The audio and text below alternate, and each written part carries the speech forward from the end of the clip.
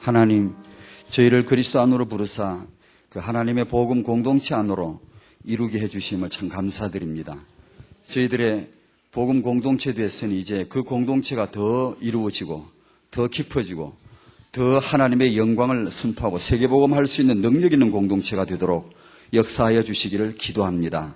지금 이 시간에 우리의 모든 영혼을 소생시켜 힘을 주시옵시고 또 모든 육신의 건강도 회복시켜 주시옵시고 세계복음화 방향 맞춘 모든 경제가 회복되게 해주시옵시고 우리 태중의 아이들에서부터 후대들 모두가 할아버지 할머니 조부모 이르기까지 모두가 렘넌트의 축복으로 일어서게 하여 주옵소서.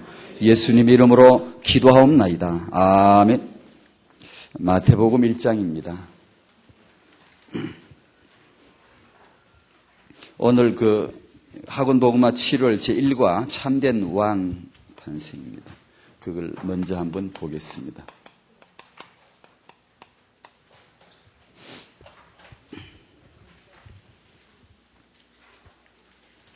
1장 1절을 한번 먼저 같이 읽을까요? 이 족보의 그 계보의 가장 먼저 큰 타이틀이죠.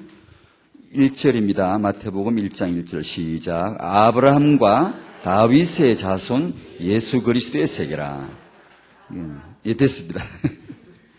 예수님이 누구신가 하니 아브라함의 자손이라, 다윗의 아들이라. 자손이란 말은 이제 그 아들을 말합니다. 아들인데 그렇게 아브라함과 다윗 자손이라고 소개해놓고 그 계보의 제일 마지막 16절에는 이렇게 결론을 짓죠. 마지막을 16절 같이 읽습니다. 야곱은 마리아의 남편 요셉을 낳았으니 마리아에게서 그리스도라 칭하는 예수가 나시니라. 아멘. 비정상적이죠. 이게 요셉에게서 그리스도가 예수가 나왔다. 이렇게 하면 맞는데, 족보로서는 맞는 표현인데, 이것은 어떤 이해할 수 없는 그런 결론이 나죠. 요셉에게서가 아니고, 마리아에게서라고, 유대인 족보에서 여자 이름을 넣고 그 마리아에게서 나셨다라고 말하는 신비한 계보이죠. 전혀, 정말 복음의 언약이 없는 자들은 이해할 수 없는 그런 계보이죠. 그리고 18절부터 23절까지 이제 오늘 우리 메시지의 본문으로 제시되어 있는데 한번 봅니다. 18절부터 23절까지 시작. 예수 그리스도의 나심은 이러하니라. 그 모친 마리아가 요셉과 정혼하고 동거하기 전에 성령으로 잉태되는 것이 나타났더니 그 남편 요셉은 의로운 사람이라 저를 드러내지 아니하고 가만히 끊고자 하여 이 일을 생각할 때에 주의 사자가 현몽하여 가로되 다윗의 자손 요셉아 내 아내 마리아 데려오기를 무서워 말라. 저에게 잉태된 자는 성령으로 된 것이라. 아들을 낳으리니 이름을 예수라 하라. 이는 그가 자기 백성을 저희 주에서 구원할 자이심이라 하니라. 이 모든 일에 된 것은 주께서 선지자로 하신 말씀을 이루리 하심이니 가라사대 보라 처녀가 잉태하여 아들을 낳을 것이요 그 이름을 임마누엘이라 하리라 하셨으니 이를 번역한 적 하나님이 우리와 함께 계시다 함이라. 아멘. 여기까지입니다.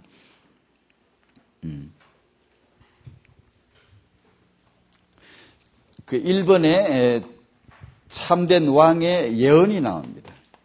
이분은 예언된 왕이라는 거죠. 여러분 이제 성경 말씀을 이제 연구하는 그런 공부하는 시간이 있으시겠지만 구약이 얼마나 많이 예언되고 장관 역사 기간 동안에 예언되어지고 그것을 착착 이루어 나가는 정말 소름 끼치는 정도로 너무나 놀라운 그런 예언과 성취로서 예언된 왕이었다.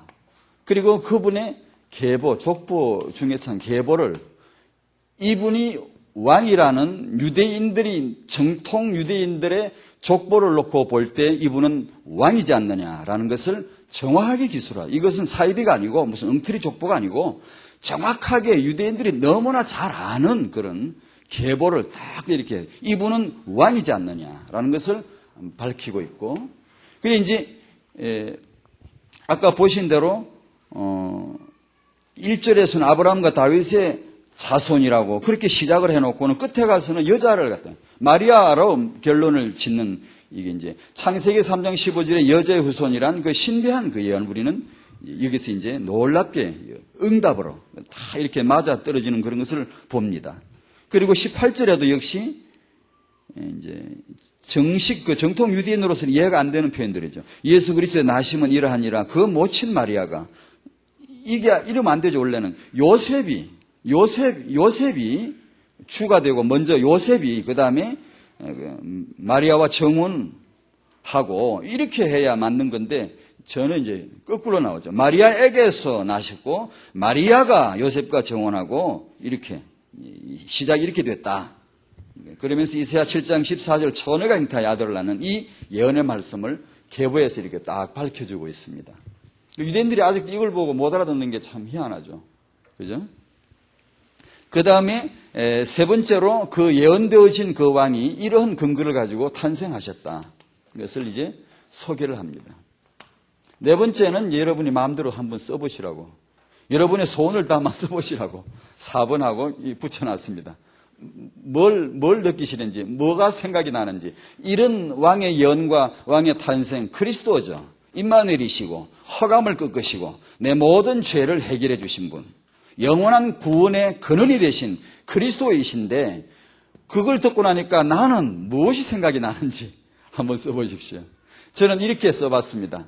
왕이 나셨구나. 모든 성도에 우리 렘넌트들이 태어날 것이고 렘넌트들이 일어날 것이고 이들이 이 왕의 증거자로 이 왕을 증거할 우리 렘넌트들이 앞으로 계속해서 태어나고 RUTC를 통하여 공동체를 이룰 것이다. 그 4번을 내가 만들어서 딱 넣어놨습니다. 그게 태영아 아니겠습니까? 그게 이 진리가 나에게 어떤 의미가 있는지, 우리 태영아 부모님에게 어떤 의미가 있는지, 지금 임신하신 부모님에게 이 메시지가 진리가 어떤 의미가 있는지 그것을 소원을 품고 딱 기록에 넣고 기도하면 안 되겠습니까? 그렇죠? 그분을 이렇게 오늘 일과에서 이렇게 놀랍게 조명해 주고 있습니다. 그분은 아브라함의 아들로 예언되었지만 아브라함의 아들이 아니고 하나님의 아들이다. 그분은 다윗의 자손으로 예언되었지만 다윗의 아들이 아니고 하나님의 아들이다. 예수님 입으로 직접 마태복음 22장에 다윗이 그리스도를 주라고 했는데 어떻게 주가 그리스도가 다윗의 자손이 될 수 있느냐라고 1장 1절을 정면으로 뒤집어 버렸어요. 구약에 예언된 다윗의 자손으로 예언된 그리스도인데 예수님 자신 입으로 다윗이 그분을 주라고 했는데 그분이 어떻게 다윗의 자손이 될 수 있겠느냐? 예수님 자신이 그렇게 뒤집어 버렸죠. 그러니까 그분은 다윗의 자손으로 예언됐지만 하나님의 아들이시다. 그분은 마리아의 아들로 16절에 기록되어 있지만 하나님의 아들이시. 여자의 후손으로 오신 예언된 그분이고 하나님의 아들이 아니냐. 바리새인들이 예수님을 마귀의 종이다, 귀신 들려 미쳤다라고 말했지만 예수님은 정면으로 맞받아쳤죠. 너희가 너희 아비 행사를 하고 있구나. 요한복음 8장 41절에 너희 아비 행사를, 그러면서 너희 아비 마귀 이렇게 바로 그냥 알아듣도록 바로 쳤죠. 이렇게. 그러니까 예수님을 마귀 종이라고 하는 그들이 실은 마귀의 아들들이라. 그지? 예수님 옆집에 사는 사람은 예수님을 누구로 알았죠? 누가복음 3장에 보면 그 동네 사람들이 알기로는 예수를 요셉의 아들로 알았어요. 누가복음 3장에 보면 하나님의 아들이시다. 그걸 여기서 이제 가르쳐주고 있는 거예요. 이 하나님의 아들 그리스도, 만왕의 왕 되신 그리스도의 은혜가 우리 임신하신 부모님 마음속에 오늘 은혜가 되시기 바랍니다. 태영아 길러시는 부모님, 모든 후대 비전을 가진 모든 부모님들에게 이 만왕의 왕 되신 그리스도가 오늘 은혜가 되시기 바랍니다. 그분으로 말미암아 힘을 얻고 일어서야 되지 않겠습니까? 그 일과를 먼저 이렇게 말씀하고 있습니다. 우리 임신하신 부모님이 이분을 정말 만왕의 왕 되신 이분을 정시기도 하면서 경배한다면, 구약엔 여호와께 경배하고 신약에 오니까 아기 예수께 동방 박사들이 경배하더라고요. 구약의 여호와, 신약의 아기 예수. 구약에 누가 말씀하죠? 나 여호와가 말하노라. 신약에 예수께서 입을 열어 가르쳐 가라사대 갔습니다. 그분에게 경배하는, 이것이 태영아 부모님이 진정한 그 태교요, 진정한 그 정식이도요, 예배가 아니겠습니까? 이럴 때 우리 후대가 정말 이분의 복을 받겠지요. 이 만왕의 왕 되신 이분의 축복을 받을 줄로 믿습니다. 임신 중에 태중에 아이 얘기 있죠? 우리 한번 축복 한번 할까요? 뭐라고 부르지? 태야 렘넌트야, 너는 정말 하나님의 축복이 있어라. 너무 긴가? 축복 받아라. 다 같이 축복 받아라. 우리 후대를 사랑하고 축복하시기 바랍니다. 정말 태중의 아이가 하나님의 축복이 있어라. 너는 정말 렘넌트구나. 정말 너는 시대적인 렘넌트구나. 내 비록 좀 모자라지만 너는 하나님의 축복으로 시대적인 렘넌트가 될 것이다. 믿음을 실어주시기를 바랍니다. 태영아부 사역, 이런 태영아 사역을 왜 해야 되는가? 몇 번에 걸쳐서 또 한 번 더 설명을 드리겠습니다.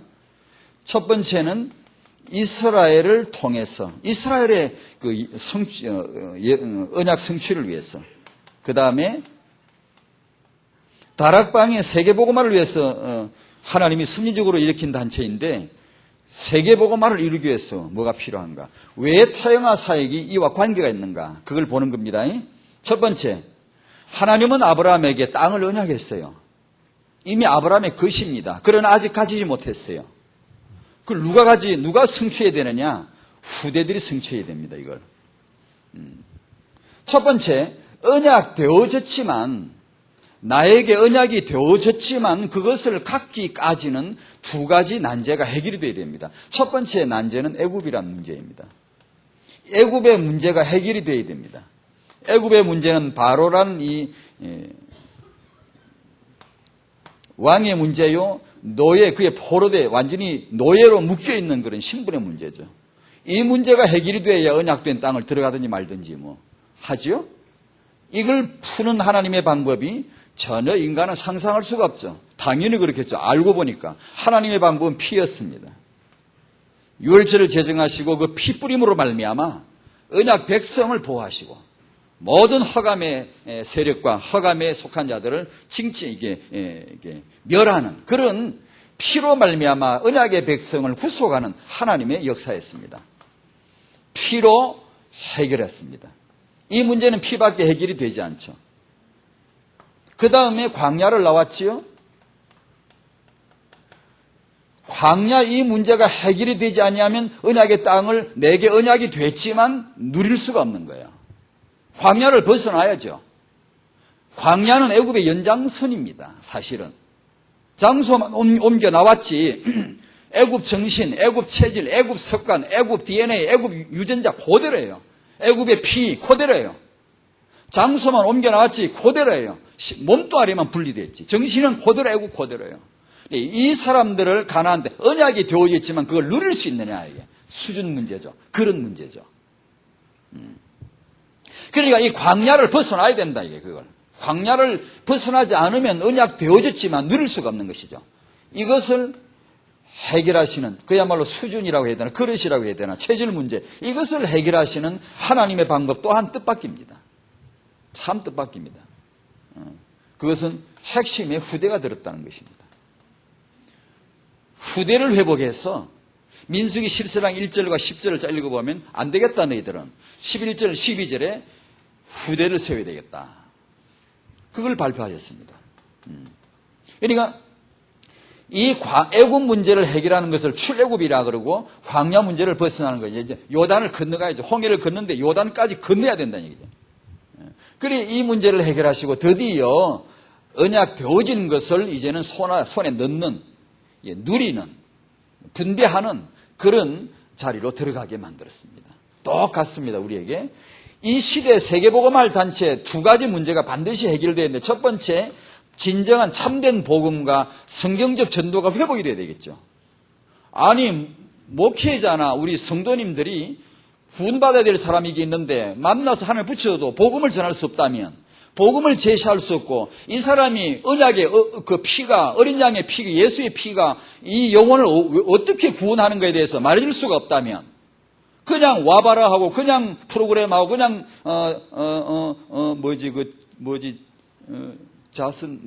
그런 거 하고 그런 거 하고 해가지고 사람을 데려오는 것밖에 안 하고 있으니 그 진정한 회복이 되겠습니까? 만약에 세계복음화 단체라면 반드시 참된 복음이 회복되고 사람을 살릴 비밀인 전도를 알아야 되겠죠.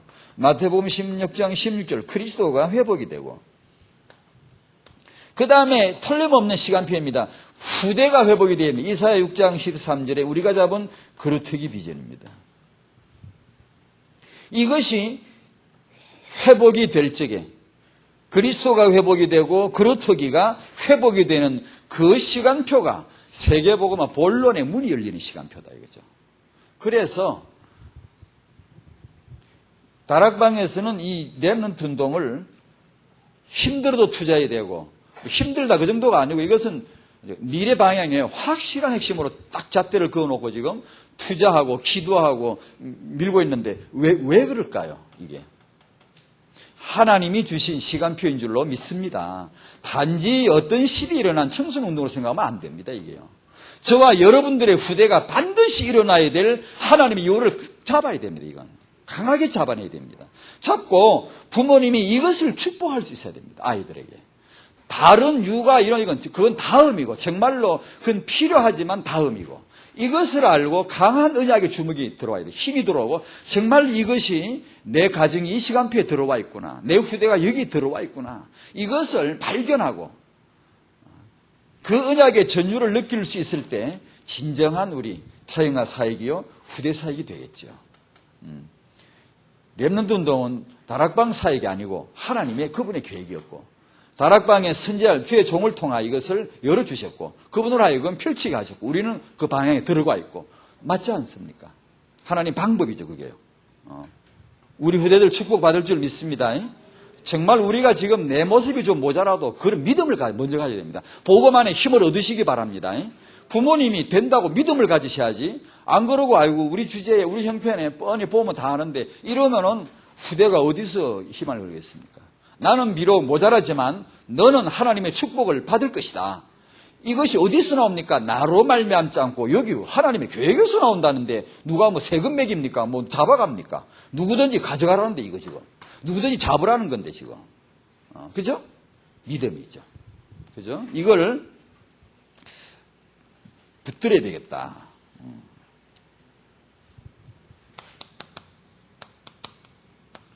복음과 규모입니다. 타영아 부모는 우리 성도님들은 먼저 와 있는 응답을 갈구하는 이렇게 막 허덕대는 마음이 아니고 와 있는 응답을 볼 줄 아는 복음 안에서 볼 줄 아는 그런 눈을 먼저 가지셔야 되겠죠. 복음 공동체. 우리는 알고 보니까 이렇게 고백하죠. 정말 이건 모를 일이고 누구도 모릅니다. 이건. 누구는 뭐 세상의 위인들은 뭐 지식인들은 조금은 알지 않겠나. 아니 누구도 알 수 없는 거 우리는 너무나 쉽게 지금 알고 말하고 있으니까 혹시 희소성이 떨어질까 봐 걱정됩니다만 성령 충만을 받으시오. 그래 성령으로 말미암아 성령은 예수 높이는 일밖에 하지 않습니다. 딴 거 하지 않아요. 뭐 다른 걸 뭐 이상한 소리도 묻고 그런 게 아니고 예수님을 높이는 직분을 가지고 오신 분이 그분이 보혜사 성령 아닙니까? 예수를 전가하고 예수를 드러나게 하고 예수를 알게 하고 예수에 감동되게 하고 축구나 스포츠나 이런 데도 우리가 감동이 있지만 예수에게 감동돼 가지고 소리를 지를 수도 있는 그런 그 역할을 성령이 하시는 분이에요. 아드보카든가 그 이름이 무슨 뜻인 줄 아우? 그게 파라클레토스란 뜻입니다. 그게 보혜사란 뜻입니다. 그 이름 어디서 종을 주워 가지고 어디서 부모님이 어디서 이름 하나는 잘 지어줘 가지고 그 말이요 굉장한 말입니다. 아드보카드가 그게 보혜사란 뜻인데 어디서 이름을 누가 그 부모님이 지어줬겠죠 아마. 근데 그러니까 진짜 아드보카드면 우리가 우승하고야 마는데 진정한 아드보카드가 아닌가 봐. 저 보혜사 성령이 우리 팀 감독이었으면 박주영이가 볼 찼을 때 천사가 볼에 딱 달라붙어가지고 싹가 딱 밀어넣었을 거 아니에요? 그런데 그 감독이 아드보카드가 아닌가 봐. 그런데 저는 이제 그런 걸 보면 그런 걸 생각합니다. 저렇게 운집해가지고 막 열광하는구나 싶으면 만왕의 왕 대신 이분이 주일날 우리를 통해서 예배를 통해 가정에서 얼마나 열광적인 그런 환호를 받으시는가.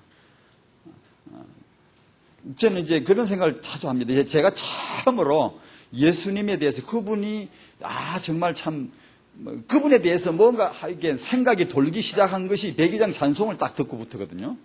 어떤 분이 나와서 찬송을 하는데 백이장을 불러 주 예수보다 더 귀한 것은 없다는 거예요.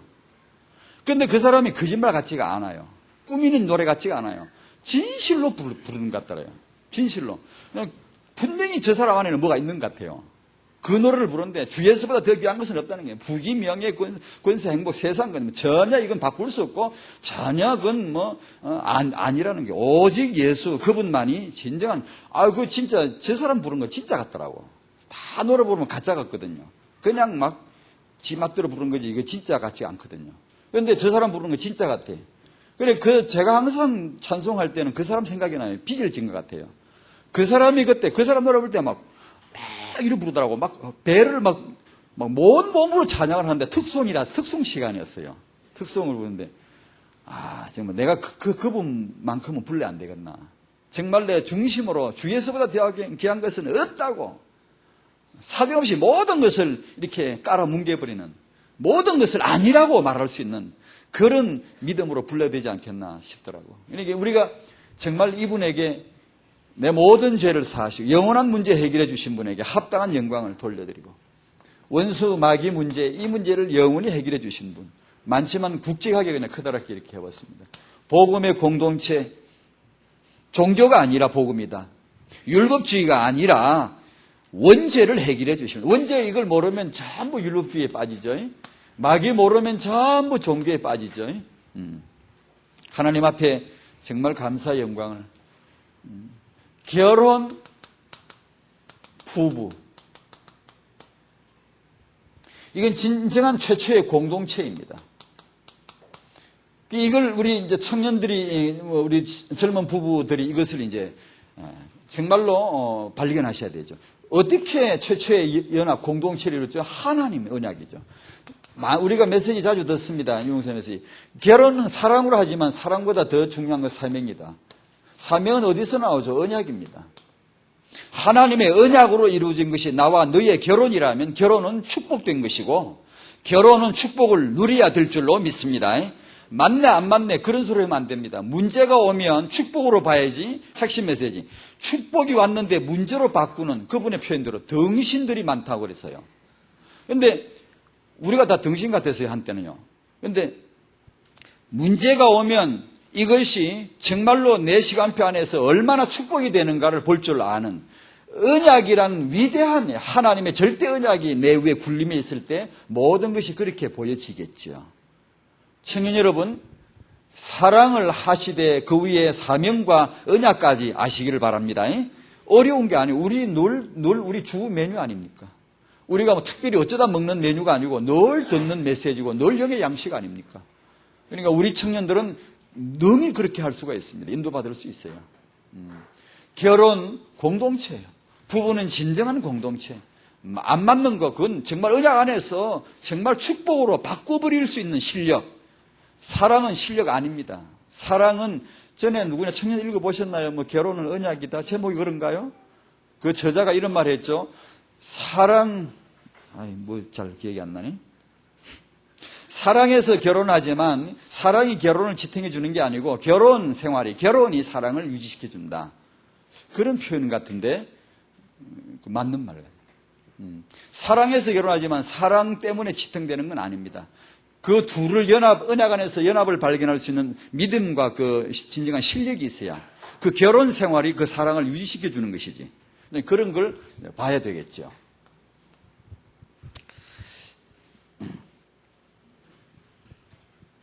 세 번째로 우리 부모, 후대. 그러니까 각 단체마다 가정에 대한 정의가 있더라고요. 근데 우리 단체에서는 가정을 뭐라 그러죠? 복음 공동체, 제자 공동체, 선교 공동체, RTC 공동체. 이게 우리 단체의 가정 정의입니다, 그게. 그러니까 딱이에요, 그게. 그걸 우리 부모님들이 그걸 깊이 받고 말씀을 받고 그걸 가정에서 풀어내면 돼요. 그걸 받아내면 돼요. 자꾸 그걸 붙잡고 기도하고 그러면 강단에서나 핵심에서는 훈련받을 때 메시지가 전부 이게 막 살려줍니다. 그 내가 잡은 그 언약을 살려낸다고요. 자꾸만 더해주니 뜻을 알게 합니다. 그러니까 가정에서 우리는 가정이 뭐다? 복음 공동체지. 가정이 뭐냐? 제자 공동체다. 그러니까 육아가 뭐냐? 제자만 돼. 제자 공동체다 이거는. 내게 왜 임신 출산 육아 있나? 이 제자 공동체다 이건. 유대인들 저들은 그걸 너무 잘해. 복음도 없으면서. 완벽하게 말씀으로 이 제자를 만들어내거든. 정확하게. 율법으로. 그러니까 이걸 그리고 가정이 뭐냐? 선교 공동체다. 너무나 우리 단체만 낼 수 있는 정의란 말이에요, 이게. 이게 너무나 너무나 참 이게 놀라운 거라고. 이걸 가정마다 이거 딱 3개 붙여놓고 기도하면 듣는 말씀마다 전부 다 이게 살려줘. 이걸 의미 있게 해줘요. 응답을 받으셔야 되죠, 그렇게. 그 다음에 4번째로 육아는 내게 주어진 시간표다. 여러 가지 상황이 오겠죠. 특히 결혼해서 첫에게 난 신혼부부에게 닥치는 상황은, 육아 상황은 변화무쌍하겠죠. 여러 예기치 못한 일이 벌어지겠죠. 전부 다 뭐냐? 내 시간표 받아들여야 돼. 그것을 거기서 갈등하거나 방어하거나 왜 이렇지? 내가 기도했는데 왜 이렇지? 내가 렘넌트 붙잡고 기도했는데 왜 이렇지? 그런 소리 할 필요 없어요. 내 시간표 안에 모두 문제 안에 그 받아들여야 돼요. 내 시간표 지나가는 거요. 이게 신혼부부들이 흔들리더라고. 제가 왜 이 말씀을 드리는 거 아니? 언약을 받고 기도도 하고 막 준비한 분들도 이게 이제 애 2, 3 키우는 사람하고 그 조부모님들이 같이 뜻이 딱 하나 돼서 이렇게 후대를 딱 보는 거하고는 차이가 있더라고요. 있는데 이게 젊은 신혼부부들이 애기 키우면 여러 가지 상황이 다 이때 흔들리더라고. 지치고 힘들어하고 갈등하고 힘 빠지면 안 되잖아요. 육아하는 부모님이 최고로 성령 충만. 지난번 핵심에 흔들릴 수 없는 하나님의 사람. 흔들리지 말아야 될 하나님의 사람. 성령 충만. 언약. 그걸 타영아 부모님들은 누구보다도 이 시간표는 가장 그게 중요하거든. 사실은. 그런데 애 다 키워놓고 나중에 이제 다 풀풀 다 놓으려고 영감을 둘이 앉아서 그때서 정신 차리고 이제 우리가 이제 잘 살자고 우리가 복음 누리자고 우리는 다 그런단 말이야. 대개의 경우. 애 키울 때는 맨 싸우고 부부 싸움하고.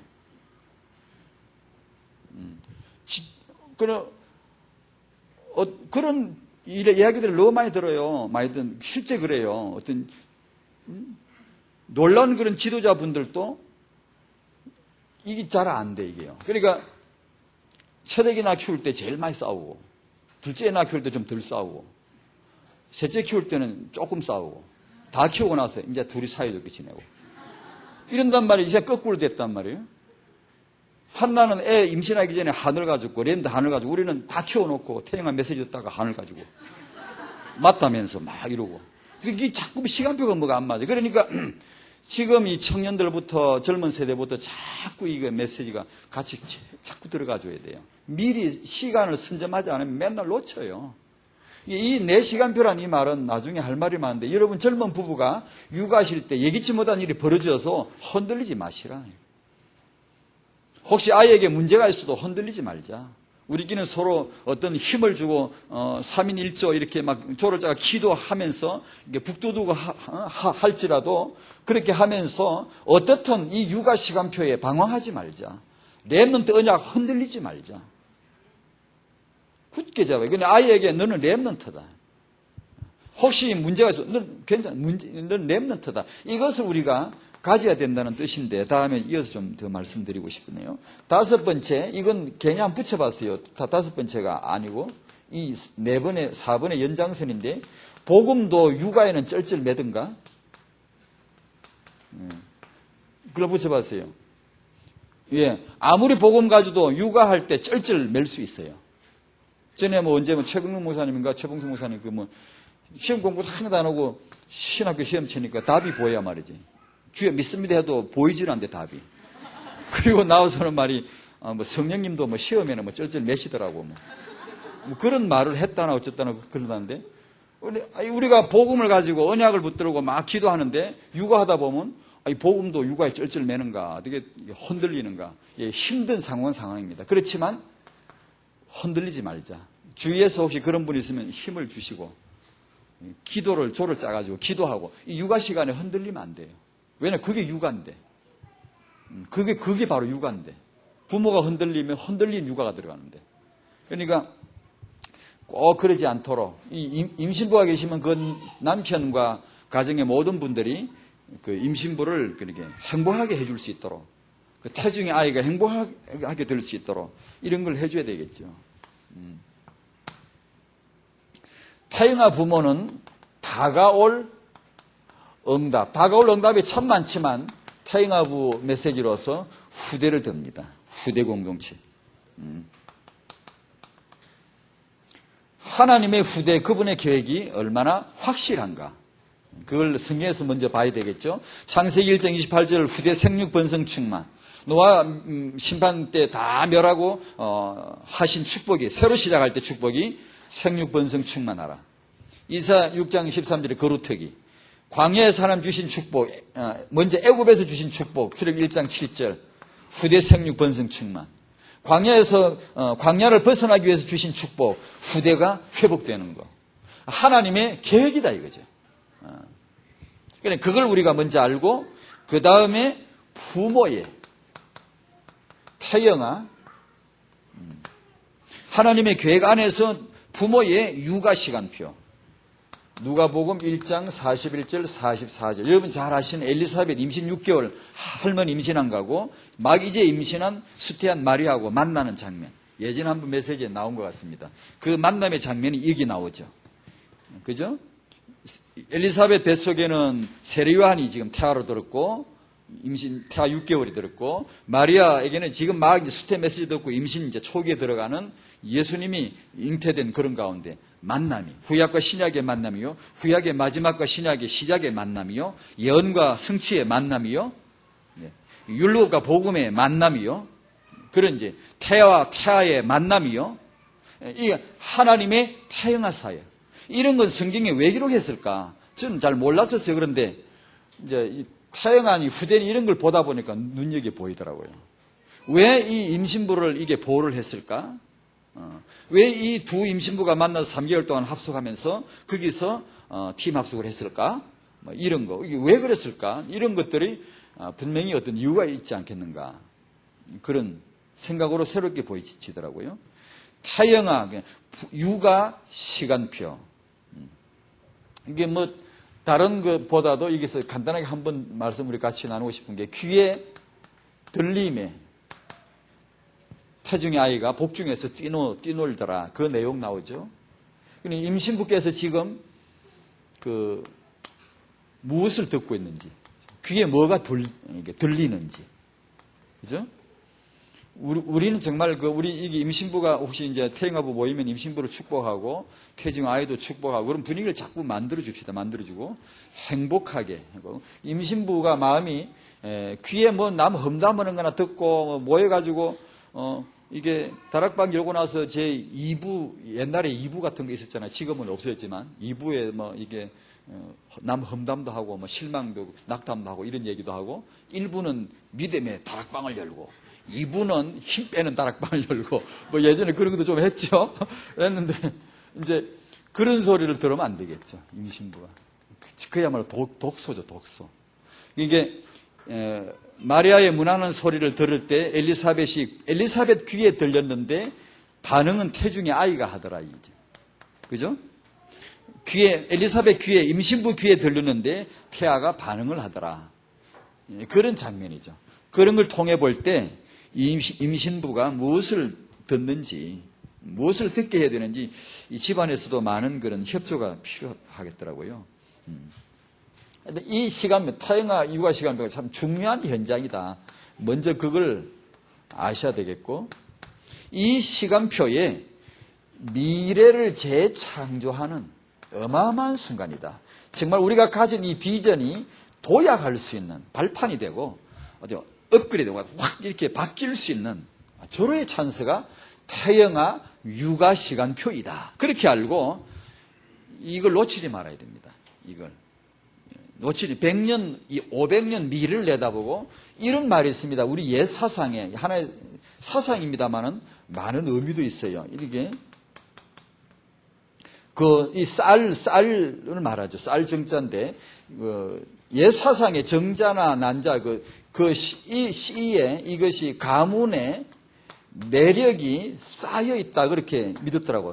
옛 사상인데 옛 선조들의 사상인데 그리고 이것이 500년은 간다.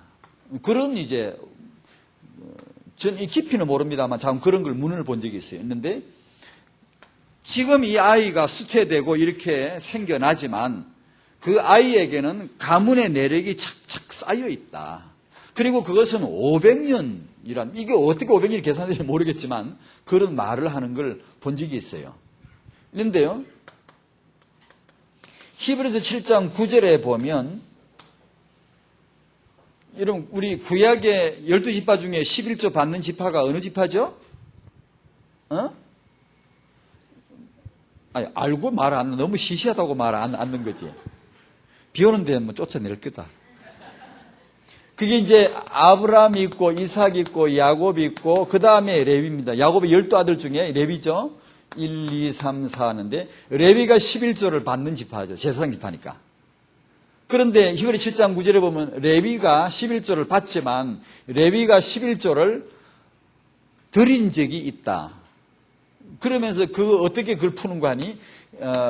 레위가 그 조상 아브라함의 그 조상의 허리에서, 허리란 말은 출산이란 생육을 말하고, 출산을 조상은 파탈리 아비를 말합니다. 아비. 그러니까 이게 아브라함이 누구한테 11조를 바쳤죠? 멜기세덱에게 11조를 바쳤죠. 그때 레위가 그때 아브라함 허리에서 11조를 바쳤다. 그런 기록을 해요. 그런 기록을 하면서 이렇게 이제 지금은 11조를 받지만 그도 예전에 바쳤다. 그런 얘기를 하는 거예요. 그러니까 이게 뭔가 하니 옛 사상에도 이런 게 있지만 지금 이제 예를 들면 이게 좀 과장될지 모르지만 청년들이 지금 여기 앉아 있지만 어제 예배 드렸지요. 여러분이 앞으로 결혼해서 태어날 그 렘넌트가 어제 여러분 세계비전교회에서 그 후대가 여러분 허리에서 예배를 드렸다고 할 수도 있다. 그런 말이에요. 히브리서 7장에서. 그 얘기를 하고 있어요. 그러니까 이 태영유아를 준비하고 이 근원적인 사역, 근원적인 이 육아 사역이거든요. 이것은 정말입니다. 이건 말로 어떻게 더 할 수 없는 중요한 현장입니다. 이건요. 저는 타영아 전공자가 아니에요. 전문가도 아니에요. 전혀 그건 학문도 모르는 사람이에요. 제가 그 부분을 이렇게 말할 때는 이 메시지 듣다가 그걸 반 거지. 제가 그걸 전공을 한 사람이 아니에요. 그 부분을 학문을 가진 사람도 아니고요. 몰라요. 그런데 세계보고마, 그 다음에 후대, 이거 붙잡고 기도하다 보니까 이게 너무 중요하다는 걸 좀 본 거예요. 그래서 강조를 하는 거예요. 이게 틀림없어요. 이 부분을 지금 청년들이나 젊은 부부들은 놓치지 마셔야 돼요. 이거 너무나 중요한 현장을 절대 놓치지 말아야 돼요. 여기에서 복음 공동체, 제자 공동체, 선교 공동체, 아르두시 공동체, 언약의 사정을 아주 강하게 농축돼 들어가야 될 최고의 시간이다. 나중 머리 커놓으면 듣나 말을 지가 알아 가려 듣는데 또 그렇게 만들어 놔야 되고 인격으로 성장하니까. 그냥 태영아는 주는 대로 다 받아들이는 시기니까 세상에 가다가 놓고 그냥 계속 그냥 품에 안아놓고 계속 집어넣는 이 좋은 시간표를 비전 없으면 놓친단 말이에요. 하나님이 엘리사벳과 마리아를 묶어준 거예요. 임신부들끼리 다락방을 그래 하세요. 그게 다락방, 임신부 태영아 다락방입니다. 임신 6개월짜리 엘리사벳 할매하고 임신 이제 막 가다니 처녀 마리아하고 임신부가 둘이 모여가 3개월 동안 팀합수 했다니까요. 모여가 뭐해 그냥 화투 치고 놀았겠습니까? 그 맨날 쏙닥쏙닥 수근거리고 너무 험담이라 그렇게 했습니까? 아니죠. 예언과 성취, 구약과 신약 어마어마한 하나님의 스케줄에 대해서 감동하고 찬양하고 막 그래요. 보세요. 만날 때부터 막 문하는 소리를 듣는 순간에 애가 막 뛰놀고 뭐 야단 났죠. 그죠? 그래? 그런 이제 정말 들어서 행복한 언약, 정말 들어서 감동되는 언약 메시지, 이런 걸 타영아 임신부는 누구보다도 즐겨야 되겠죠. 행복하게 이렇게. 참 중요하잖아요.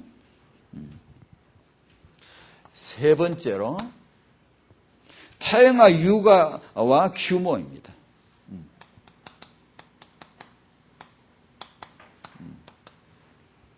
첫 번째는 영성으로 말하면 우리가 복음, 생명. 그 다음에 인성으로 삶의 규모.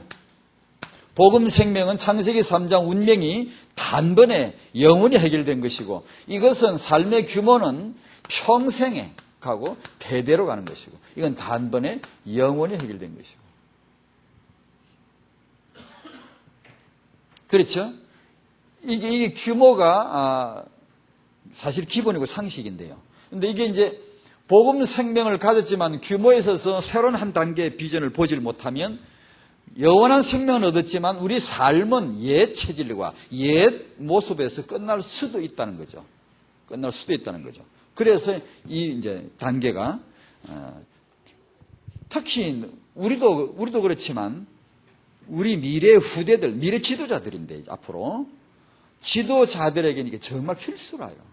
필수로 봐주셔야 돼요. 이게 지도자가 갖춰야 될 필수로 알고 부모가 확신을 갖고 이 영성과 참된 이 복음 생명과 삶의 규모를 육아에 포인트로 확실하게 집어넣어줘야 돼요. 확실하게 흔들릴 것 없이. 이게 흔들리면 안 되거든요. 때로 제가 그런 분을 때로 많이 만나요. 왜냐하면 불신자는 흔들리지 않아요. 이 아이를 내가 인성을 제대로 갖춰야겠다. 이거 흔들리지 않아요. 왜냐하면 그거밖에 모르니까. 대부분 많은 경우는 그거 여력도 없지만 신경 쓰는 분들은 이게 신경 쓰거든요. 때로 믿음 되게 좋다는 분들이요. 이걸 잘 신경을 안 써요. 이게 센 분들이, 이게 좋은데, 이 믿음으로 이쪽을 약간만 봐주면 되거든. 그런데 이걸 아예 간과하거나 무시하는 수도 있어요. 이러면 안 돼요. 그것만 막아주면 돼요. 이것은 단위 하나, 정말 상식 기본인데요. 이건 주가 아니에요. 아닌데, 이것까지 받았는데 이걸 약간만 그냥 봐주면 돼요. 이걸 내 육아에 확실하게 딱 표적을 하나 딱 이렇게 잡아놓기만 하면 되는데 이걸 잘 흔들릴 수 있어요. 그거는 갈등을 느끼는 꼭 우리가 이거 해야 되나? 뭐 이걸 꼭 해가지고 이렇게 우리 후대 육아 이걸 꼭 집어넣어야 되나? 이런 사람도 있고요. 이거 하면 이게 다 될 텐데 이런 사람도 있고요. 됩니다. 이거 되면 이게 됩니다. 되는데 문제는 이게 줄을 대줘야 됩니다. 아무리 이겼어도 이게 이쪽을 줄을 대주지 않으면 안 됩니다. 저는 이걸 보고 충격을 받았어요. 기독교 인물, 성경 인물이나 기독교 인물을 저는 제 나름대로 한참 연구해서 밤낮으로 그런 것만 연구했어요. 그러니까 이게 문제 있어요. 부모님이 이걸 받은 부모가 반드시 이쪽을 대줘야 돼요. 그걸 알아야 돼요. 그러면 응답으로 떨어져요. 근데 이걸 안 봐주면요. 그 믿음이 좋은데도요. 이쪽이 무너져버려요. 후대가요. 그걸 봤어요. 그러니까 이게 너무 억울한 거예요. 아까운 거예요. 왜냐하면 너무나 중요한 복음을 받았는데, 세계복음의 비전을 받았는데도, 세 번째로, 그래서 육아의 핵심으로 지금까지 말씀은 복음 규모라야 된다. 그 말이에요. 규모만 아니고 복음 규모라야 된다는 것을 지금 말씀을 드린 거예요. 여러분이 아시듯이 우리 조선의 그 교육이 이념이라고 해야 되나? 조선 건국할 때 원래 그 나라를 세우거나 뭐 하면 그 이념을 딱 근간을 딱 세우잖아요. 태조가 조선을 건국할 때 그 이념으로 뭘 세웠죠? 교육 이념으로 인의 예지 신을 세웠죠. 이걸 이제 수도를 한양으로 옮기면서 이 내문을 만들었죠. 숭례문, 허민지문, 돈이문, 홍지문 이렇게 동서남북에다 문을 딱 세워놓고 가운데다가 보신각 종을 세워놓고 종을 띵띵 치면서 조선은 이 메시지를 주는 거예요. 계속 이 인의 예지이란 이 메시지를 계속 주기 위해서 이제 아침마다 밤마다 종을 때렸다 그러더라고요. 그래서 우리나라는 조선을 이렇게 세운다. 조선의 모든 우리 백성들은 이렇게 세운다. 조선의 교육은 이걸 근간으로 한다. 이념으로 한다. 그런 식이겠죠. 그러니까 이게 다 얼마나 좋소, 이게 인의 예지 신 이게 얼마나 좋습니까? 이게 이제 그러나 이것이 실패하죠. 왜 실패하죠? 이것은 유교를 기본으로 했죠. 예를 들면 미국을 말하면 청교도들이 건너왔을 때 기독교를 근본으로 하고 그 이념을 세웠죠. 여기 실패한 이유는 우리가 골로새에서 보는 대로 머리 대신 그리스도가 없어요. 이것은 아무리 훌륭해도 머리가 잘라져 버려요. 없어요. 왜 인의 예지신이 어디서 왔노? 뭐 때문에 있나? 왜 하지 이거? 머리가 없는 이 학문과 교육과 모든 훈련은 사실 방황하게 만들거든요. 결국은 방황해요. 실패할 수밖에 없잖아요. 근데 미국 같은 예는 여러분 미국에 찾아가서 저 동부에 어디다 프리머스라는 언덕에 지금도 있다 그러죠. 선주에게 바치는 기념비라는 그 기념비에 그들의 정신을 적은 게 있다지요. 거기에 보면 제일 위에 믿음이란 단어를 딱 새겨놨다 그러더라고요. 믿음. 여기도 믿음이에요. 보신각종의 그 믿음인데 그하고는 다르죠. 이 믿음은 하나님을 믿는다는 믿음이죠. 우리는 하나님을 믿는다. 그죠? 그게도 이제 밑에 사면에다 제일 자유는 프리덤이 아니죠. 뭐 지 맘대로 하는 게 아니고 이 자유를 위해서는 힘이 필요하다. 평화, 전제군주 평화 이런 걸 써놨다 그러더라고요. 그 다음에 이게 이제 도덕, 한 면의 도덕. 이거 도덕하니까 우리 생각에 이런 것 같죠. 그게 아니고 뭘로 풀어놔? 선지자, 전도자. 그걸 적어놨어요. 이게 미국을 이제 와서 이 사람들이 가진 정신입니다. 이념을 딱 근간을 세운 거예요. 뭐가 차이가 있는 걸 한번 보려고 하는 거예요, 지금요. 그 다음에 법, 로가 나오더라고요. 그게 이제 정의와 자비를 말하고, 그 다음에 교육을 말하는데 그게 청소년과 지혜. 이걸 적어놨더라고요. 이 네 가지. 제일 위에 믿음 있고 하나님을 믿는다. 그리고 이런 내용을 여기를 근간으로 하고 우리는 후대를 키운다. 그런데 이제 이 차이가 뭔가를 한번 볼 필요가 있어요. 여기서 형성되는 그런 인성과 여기서 형성되는 인성의 차이가 뭘까? 이게 미국이란 나라가 이제 저는 잘 모릅니다만 대략 알기로 예를 들면 효를 말할 때도 조선의 효도는 부모 중심이죠. 부부지간은 며느리가 어떻게 천대를 받든 걸레치고를 받든 시어머니가 며느리를 걸레치는 부려먹어 막 이렇게 부려면 어떻든 간에 부부지간은 사이가 멀든 남편의 싸늘한 대접을 받든 대우를 상관하고 부모만 공경하면 돼요. 부모에게 효도하도록 안 하면 그냥 쫓겨나야 돼요. 그 부모 중심의 효이고 효를 말해도 미국은 이제 부부 중심이죠. 호험하면은 이 사람들의 약점은 개인주의가 강하죠. 개인주의가 강한 약점이 있는데 부부 중심의 효를 사상이 있죠. 우리가 알고 있는 그런 이제 잘 모릅니다만은 미국이란 나라를 타락하고 현대 문화의 가장 강한 문화지 아닙니까? 정등파 유대인들도 가장 육아하기가 힘든 데가 미국이라고 하니까 정등파 유대인들이 자기 자식들을 키울 때 가장 도전받고 가장 힘든 데가 미국이라 그러거든요. 문화가 가장 강한 데니까 현대 문화 흐름이 그가 본산지 같이 나오니까 그런 데인데 그럼에도 불구하고 우리가 그 나라를 지금 세계 강국이요 지도자가 계속해서 나올 수밖에 없는 그 나라의 저변을 볼 줄 알아야 됩니다. 엘리트, 후대를 키워낼 수 있는 그런 시스템 이런 거. 이게 공립학교나 무너진데 그런 거는 그냥 상세 3장 응급실 현장으로만 봐야 되고 진짜 그 인물을 키워내는 그런 시스템 아직도 저변에 쫙 깔려 있거든요. 강하거든요. 제가 알고 있는 학교는 지금도요, 여학생들 치마 긴 거 입혀요. 짧은 거 절대 입질 못해요. 얼마나 엄한지 몰라요. 엄한 그런 규율 가운데서 그런 이제, 보통 사립이죠. 기독교 학교라 그러면 확실하게 기독교 색깔을 띠고, 말씀과 예배 이런 거 세우고, 성경을 기초한 윤리를 세워나가죠. 한국에는 교육에 이제 축도 이게 형성이 잘 안 흔들리는 판에 사학법도 자꾸 나오고 해가지고 기독교 계통의 학교도 요새 비상 걸렸더라고요. 기독교 학교가 예배도 이제 제대로 못 드리게 생겼어요, 지금요. 얼마 전에 공문이 하나 내려왔는데 이제 특정 종교 행위를 못하게 이제 막는 그애가 다시 야단 뒤집어져 가지고 이게 뭔 해가 다 올라가 가지고 다시 재검토하자 해가 지금 올라갔는데요. 지금 그런 파입니다, 한국은. 그러니까 사립은 확실하게 100% 사립으로 미국처럼 해줘야 되는데 지금 그게 안 돼요. 그래서 공학교도 그렇고 사립도 그렇고 참 어려운데 그래 저와 여러분들이 사업가도 좀 일어나고 해가지고 유치원도 선교원도 정말로 차별화된 선교원을 세우고 우리 학교 RUTC 안에 학교들도 세워가지고 우리 후대들이 제대로 된 교육을 받도록 해줘야 안 되겠습니까? 사업하는 여러분 만배로 돈 버시기 바랍니다. 100배. 계속 정말로 풍성함을 얻으셔서 후대를 위해서 한번 써보자고요. 기꺼이 교회 건축하고 학교 세우고 이들을 위해서 RUTC에 기꺼이 한번 써보자고요. 정말.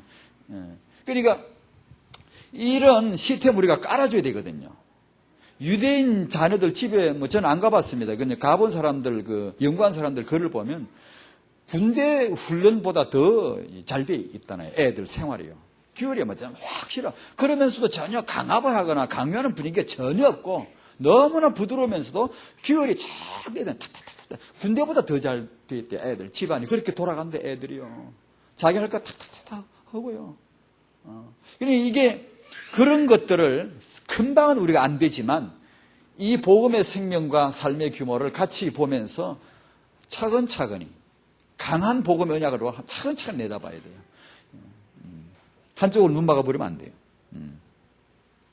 다락방의 프리머스 언덕. 제가 이걸 보고 미국의 동부의 프리머스 언덕에 선조의 기념비겠다고 생각해요. 저는 부산에 그 교회 갈 때마다 그런 생각이 들더라고요. 여러분, 역사를 중요하게 해야 되는데 다락방도 그럴 때가 왔어요. 이제 조금 있으면. 그런 유목사님이나 그런 여러분의 선배들, 목사님이나 이런 분들의 행적을 제대로 관리하지 않으면 안 돼요. 보존하지 않으면 안 돼요.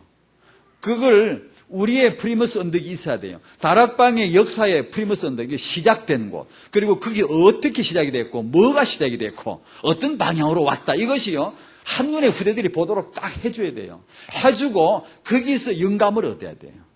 하나님은 거기서 영감을 주세요. 후대들에게 절대로 역사에서 영감을 주세요. 선조들에게서 지혜를 준다고요. 그래야 내 렘넌트의 미래가 열린다고요. 이게 RTC 운동이에요. 그래서 이런 근간이 있다면 다락방도 그런 게 있어야 되지 않느냐. 20가지 훈련, 복음 공동체, RTC 공동체, 이것이 우리의 이념이지 않느냐. 교육의 이념, 후대 렘넌트의 이념, 훈련의 이념이 아닌가. 이것을 뼈대 굵게 강하게 세워놓고 후대들이 대대로 이걸 보도록, 여기서 빗나가지 않도록. 이걸 미국이 요새 자꾸 무너지는 이유가 이걸 벗어나기 때문에 무너지거든요. 조상들이 세운 이념을, 이 정신의 근간을 떠나니까 학교도 무너지고 사회가 자꾸 무너지죠. 이걸 안 떠나는 유대인은 안 무너지죠. 정통파 유대인은 안 무너지죠. 왜냐하면 조상이 이것을 강하게 잡고 있거든요. 마찬가지 다락방도 딱 그거예요. 다른 거 없어요. 앞으로 여러분 세대에 보세요. 틀림없이 이제 베리베리 일이 벌어집니다. 다음 세대. 그러면 누가 살아남느냐? 이걸 잡는 우리 다락방의 프리머스 언덕을, 그걸 이념을 처음에 그것을 딱 잡는 그 사람만 살아남는 거예요. 틀림없습니다. 안 그러면 다 무너지게 돼 있어요. 우리 후대들에게 이걸 심어줘야 되겠죠. 태영아 때부터 심자. 아멘? 태영아 때부터 이것을 세워주자. 축복이 있으시기를 바랍니다. 그 박스 안에 든 건 참고를 하시라고 넣었습니다. 세계 랜드 대회 혹시 여러분의 어린아이를 데려가시는 분이 계시면 유 목사님 메시지 하실 때 아이를 맡겨두십시오. 유아실을 운영하니까, 태영아에서 성교에서 유아실을 운영하니까 아이를 맡길 수 있습니다. 편하게 메시지 들으실 수 있도록 하니까 맡기시라고. 그 다음에 이제 그 마지막 날 체육대회 시간, 그 한마당 공동체 한마당으로 되어 있는데 그 시간에 이제 그 프로그램 들어간 분들 빼고 이제 나머지 또 많이 그 홀에서 태영아 모임이 있습니다. 태영아 한마당 공동체 한마당 해가지고 잔치를 열려고 합니다. 떡도 주고 뭣도 주고 막 해가지고 메시지도 하고 막 이렇게 하려고 합니다. 참고를 해주시고 기도해 주시기를 바랍니다. 기도하겠습니다. 하나님 감사드립니다. 청년들에게 미래를 보는 눈을 언약에서 메시지에서 얻어지도록 축복하여 주시옵시고, 우리 모든 성도님들, 하나님 저희는 몰랐었습니다만 이제 알겠습니다. 왜 하나님이 우리에게 이런 참된 복음을 회복시켜 주시고 전도를 회복시켜 주시고 렘넌트 운동을 회복시켜 주시는가를 하나님 저희들과 우리 후대들이 공동체가 되어가지고 세계복음화 대열에 서게 해 주시옵시고, 우리 후대가 갈수록 더 회복되고 갈수록 더 세계복음화를 위한 지도자들로 서게 해 주시옵시고 하나님의 렘넌트 축복을 받게 해 주시기를 기도합니다. 하나님의 시간표 속에 하나님이 이루시고 하나님이 역사하실 것을 믿습니다. 하나님은 세계복음화 하실 것이기 때문에 우리 성도들의 후대들을 살려주실 것을 믿사오니 우리는 이 언약과 이 시간표를 놓치지 않게 하여 주시옵소서. 예수님 이름으로 기도하옵나이다. 아멘.